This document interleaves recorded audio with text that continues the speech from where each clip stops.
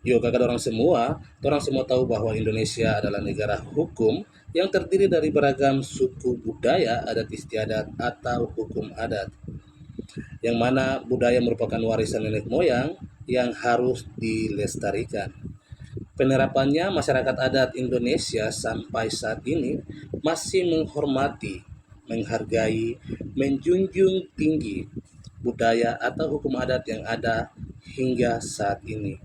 Namun kakak orang semua harus tahu bahwa seiring perkembangan dan kemajuan zaman, masyarakat modern saat ini menyadari bahwa ada hukum-hukum adat di Indonesia yang melanggar hak asasi manusia.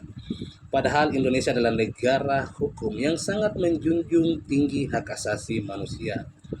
Contoh hukum-hukum adat yang melanggar hak asasi manusia diantaranya adalah seperti potong jari, tradisi potong jari di suku Dani di Papua, tradisi saling tikam di Sulawesi Selatan, tradisi perkawinan dini di Jawa, tradisi tangkap kawin di masyarakat Sumba.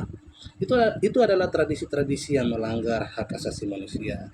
Padahal kita tahu bahwa Indonesia adalah negara hukum. Ada banyak pasal dan undang-undang yang mengatur tentang masyarakat adat bahkan sampai ke hukum-hukum adat. Namun itu seperti coretan semata di atas kertas.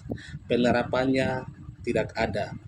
Di sini pertanyaan saya adalah apakah hukum Indonesia tidak berpengaruh apapun pada hukum adat yang melanggar hak asasi manusia? Ataukah apakah perlu adanya penekanan eksistensi dari hukum Indonesia terhadap hukum adat yang melanggar hak asasi manusia? Karena sampai sekarang masih banyak sekali praktek-praktek hukum adat di beberapa tempat di Indonesia, di beberapa suku di Indonesia yang melanggar hak asasi manusia seperti yang tadi sudah saya katakan. Kira-kira menurut kakak orang seperti apa? Apakah uh, hukum Indonesia tidak berpengaruh apapun pada hukum adat yang ada, ataukah perlu adanya penekanan eksistensi hukum Indonesia terhadap hukum adat dan masyarakat adat? Karena sangat sayang sekali bagi masyarakat adat atau siapapun yang menjadi korban dari tradisi-tradisi ini, yang dimana tradisi ini menyerang mental, fisik, bahkan psikologi seseorang, bahkan bisa menyebabkan kematian.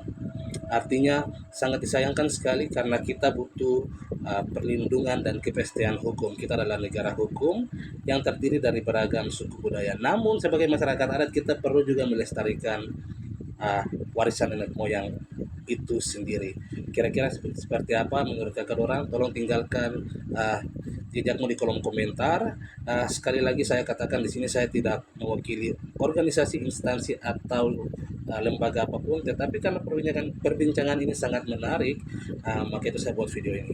Akhir dari saya, kematian adalah rahasia milik Tuhan, tetapi kekerasan terhadap manusia tidak bisa dibiarkan. Salam santun dan salam satu bangsa.